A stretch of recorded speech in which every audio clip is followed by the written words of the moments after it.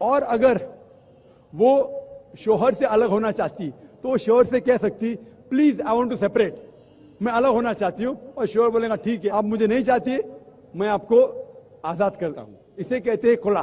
اور آخری طریقہ، اگر بیوی نے نہیں لکھا نکاح نامہ میں کہ وہ طلاق دے سکتی، یا شوہر کو کہنے کے بعد وہ طلاق نہیں دیتا ہے، ایک آخری طریقہ ہے جسے کہتے ہیں نکاح فسخ۔ اگر شوہر اس پہ ظلم کر رہا ہے، اس کو حق نہیں دے رہا ہے، وہ قاضی کے پاس جا کے نکاح فسخ کر سکتی ہے، اسے کہتے ہیں نلیفیکیشن آف میرج، نکاح فسخ۔ یہ 5واں طریقہ ہے۔ تو خواتین کے بھی حقوق ہے کس طریقے سے وہ شوہر سے الگ ہو سکتے۔ Hope that answers the question. السلام علیکم، میں رخشی الیاس، میں ایک سوال کرنا چاہتی ہوں، especially because you are a doctor by profession, how do we Muslims justify marriage among cousins, especially in the light of the Surah Al-Ahzab, verse 50, where after mentioning the relations you can marry, it says, this privilege for thee only. تو دوستو آپ نے دیکھا doctor Zakir Naik نے اس شخص کو کیسا قرار جواب دیا، اور یہ شخص خود بھی کتنا مطمئن ہوا۔ تبھی تو دوستو پورا مجمع تعلیموں سے گونج اٹھا ہے۔ ڈاکٹر ذاکر نائک کو کوئی چیلنج دے اور ڈاکٹر صاحب اسے پورا نہ کریں، ایسا آج تک نہیں ہوا، بلکہ بڑے بڑے پادری اور منڈت ڈاکٹر ذاکر نائک کے سامنے گھٹنے ٹیک لیتے ہیں، کیونکہ اللہ پاک نے ڈاکٹر ذاکر نائک کو بہت علم اور عقل سے نوازا ہے۔ تو دوستو یہ تھی ہماری آج کی ویڈیو۔ اگر آپ کو یہ ویڈیو پسند آئی تو اس ویڈیو کو لائک کریں اور اپنے دوستوں کے ساتھ ضرور شیئر کریں، اور ایسی ہی اور ویڈیوز دیکھنے کے لیے ہمارا چینل ضرور سبسکرائب کریں۔